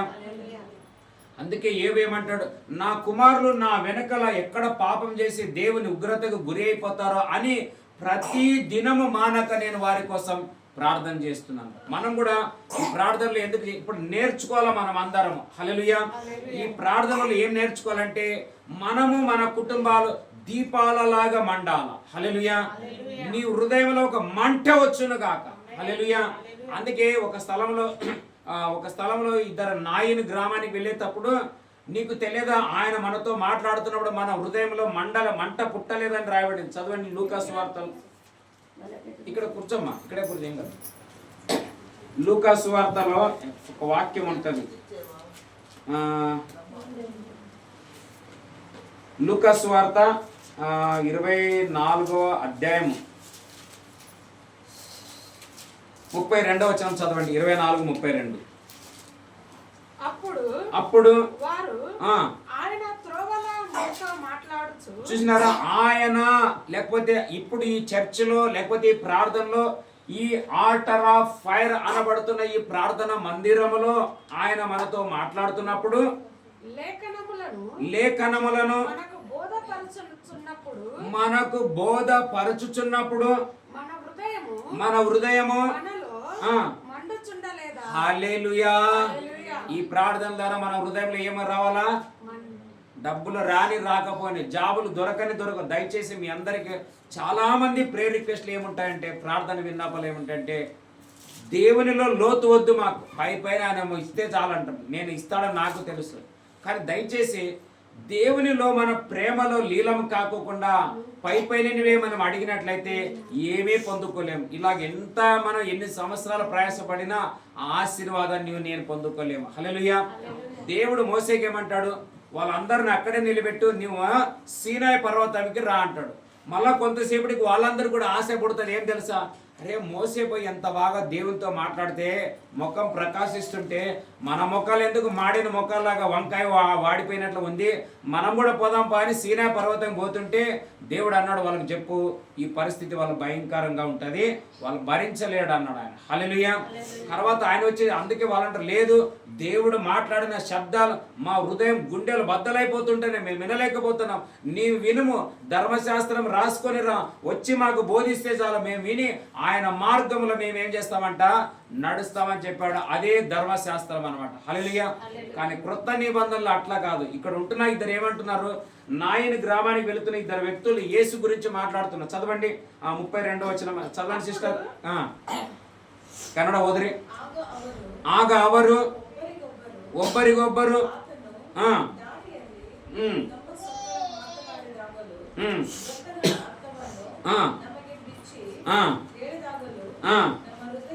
ನಮ್ಮ ಹೃದಯವು ನಮ್ಮಲ್ಲಿ ఉరితల్లవే. హల్లెలూయా. ఈ ప్రార్థనలు దేవుడి ఏర్పాటు చేసిన దానికి నేను కాదు, దేవుడు మనందరికి ఏర్పాటు చేశాడు. ఏం తెలుసా, మన హృదయాలు దేవుని కోసం మండాల. హల్లెలూయా. మన కుటుంబాల ప్రార్థన దీపాలు వెలుగుచూ ఉండాల, అది ఆరిపోకూడదు. దేవుని స్తోత్రం. గత ఏడాది 21 రోజు ప్రార్థన టైంలోనే ఆల్టర్ ఆఫ్ అనే ఫైర్ ఈ మినిస్ట్రీని గత ఏడాది నాకు 7 ఏళ్ల తర్వాత ఈ పదం చెప్పాడు ఆయన. ఎట్లా ఇది యొక్క పరిచర్య ఫైర్ అంటే అగ్ని ఉందో, ఇక్కడ వచ్చిన వాళ్ళందరూ కూడా అగ్ని యొక్క రూపంలోకి మార్చబడాలా. అగ్గి దగ్గరికి పోతే వాడు అగ్గి అవుతాడు, నీళ్ళ దగ్గరికి పోతే నీళ్ళు అవుతాడు, పొగ దగ్గరికి పోతే పొగ అవుతాడు, త్రాగుబోతుల దగ్గరికి వెళితే వాడు ఖచ్చితంగా ఏమైపోతాడంట. మరి మనం ఎక్కడికి వచ్చాము తెలుసా, ఆల్టర్ ఆఫ్ ఫైర్, అగ్ని బలిపీఠం దగ్గరికి వచ్చాము. అగ్ని బలిపీఠం అంటే ప్రార్థన అంటే నా హృదయం మండుతుంది. హల్లెలూయా. వాక్యం అంటే నా హృదయం మండుతుంది, ధ్యానం చేయడం అంటే నా మంట. అందుకే నీ మాటలు నా హృదయంలో భద్రపరచుకుంటేనే అంటారు ఎవరు, దావీదు రాజు. అందుకే ఆయన సింహాసనం ఎక్కి వెండి బంగారాల ఆస్తి అంతస్తులు మంచి ముదిమి, కానీ సౌలు చూడాలి. ఎందుకు తెలుసా, మాటకు లోబడలేదు, హృదయంలో దేవుని మాటలు దాచుకోలేదు అనమాట, పడిపోయారట. చాలా ఇప్పుడు అందుకే దయచేసి మనం ఎప్పుడు అయ్యో ఆయన పడిపోయాడంట, ఆమె పడిపోయిందంట, వాళ్ళ పరిచర్య పడితేమీ లేచే మనం పడుకోకుండా చూసుకోవాలి. నా గురి అదే ఉంటుంది. ఎవరన్నీ ఏమన్నా మాట్లాడుతుంటే ఏమన్నా వాళ్ళంటే అనని వాళ్ళ నోరులో దీనికి ఏమో స్ప్రింగ్ పెట్టలేదు, మళ్ళీ ఏమో మనకి గోద్రేజ్ లాక్ తెచ్చి పెట్టలేదు దేవుడు. హల్లెలూయా. వాళ్ళు ఏమో చదువుదాము ఇదే అధ్యాయంలో 19 వచ్చిన చదవండి సిస్టర్. 19 లూకాసు వార్త 24వ అధ్యాయము 24:19. ఆయన అవి ఏవని వారిని అడిగినప్పుడు వారు నజరేయుడైన యేసును గూర్చిన సంగతులే ఆయన దేవుని ఎదుటను చూసినారు. ఆయన దేవుని ఎదుటను ప్రజలందరి ఎదుటను క్రియలోను వాక్యములోను శక్తి గల గొప్ప ప్రవక్త, మోసే కంటే గొప్ప ప్రవక్త యేసే మన మధ్యలో ఉంటున్నాడు ఆయన. హల్లెలూయా. ఎంత భాగ్యవంతం. నేను ఇట్లాంటి వాక్యాలు చూసినప్పుడు అయ్యా యేసయ్యా ఏ మంచి చూసినావయ్యా నాలో అంటాను. నేను ఎందుకు కొన్నిసార్లు ఎందుకు ఏడుస్తానంటే అసలు ఏ మంచిదనం చూసి నాకు ఈ సేవకుడు అనే భాగ్యం ఇచ్చినావు. ఎంత గౌరవం తెలుసా నాకు. చాలా అందరూ అయ్యా పాస్టర్ అంటారు. నాకంటే వయసులో పెద్దవాళ్ళు, నాకంటే అనుభవస్తులు, నాకంటే సంవత్సరాల రక్షణ పొందిన వాళ్ళు, దేవుని గురించి తెలిసిన వాళ్ళు నన్ను పాస్టర్ అన్నప్పుడు నా మనసు కరిగిపోతుంది. కొంతమంది చిన్నపిల్లలు ఉంటారు. సిస్టర్ వాళ్ళ ఇంటికి వచ్చిన జాస్మిన్ అనే సిస్టర్ ఉంది, వాళ్ళకి 2 కుమారులు ఉంటారు. వాళ్ళు ఎక్కడైనా నేను కనబడితే చాలు ప్రైజ్ ది లార్డ్ పాస్టర్ అని ఎట్లా అంబులుగా అంటాడు తెలుసా. వాడు పాస్టర్ అంటే చాలు మా కండ్లలో నీళ్ళు అంటే అంత బ్యూటిఫుల్గా, అంత అంబులెస్ట్గా, స్వీట్గా నాకు ప్రైజ్ లార్డ్ పాస్టర్ అన్నప్పుడు నేను అంటాను ఏ భాగ్యం, ఏం కొన్నా ఏమిచ్చినా నేను దేవునికి ఈ యొక్క భాగ్యం నాకు ఇవ్వడానికి. హల్లెలూయా. అలాగా మనం అందరం దయచేసి ఒకటి తెలుసుకోవాలి, ఏమి మనం దేవునికి ఇవ్వలేము, కానీ దేవుడు ఇంకా మనకి ఇవ్వాలంటున్నాడు. ఆయన ఏమిటంటే నా దగ్గరికి రమ్మని పిలుస్తున్నాడు. చాలా మందికి నేను కొంత చెప్తాను ఏం తెలుసా, కొంచెం ఇంకా లోతుకు వెళ్ళాలంటే ఎన్ని సంవత్సరాలైంది నేను సేవ దేవుళ్ళు ఉండబట్టి అంటారు. ఉండు నాకేమింది, నాకేం చెప్తాడు అది నేను చెప్తాను. నేను మొన్న కూడా ఒకరు చెప్పాడు మీలో ఇలా ఉందంటే అలాగే ఏం లేదన్నారు. లేదంటే నేనేం చేయలేదు. హల్లెలూయా. నాకు 100%గా పరిశుద్ధాత్మ నాలో ఉన్నాడు. నేను మాట్లాడేది వాక్యం, దేవుని మాట్లాడతాను. నేను ఖచ్చితంగా దేవుని విడిచిపెట్టి వేరే ఒకటి వాళ్ళు ఏమంటున్నారు నీకు తెలియదా, అవేమో కాదు, నజరేయుడైన యేసును గురించిన సంగతులే కానీ వేరొకటి కాదని వాళ్ళు మాట్లాడితే నేను కూడా యేసు గురించే మాట్లాడతాను. ఇంకొకరి గురించి మాట్లాడడానికి నాకు జీతం ఏమీ రానే రాదు. హల్లెలూయా. అందుకే అంత్య దినాల్లో మనం ఎట్లా ఉండాలంటే మండుచున్న పొద అయిన అగ్ని మన కుటుంబాలు ఉండాలి. చదువుకుందాం.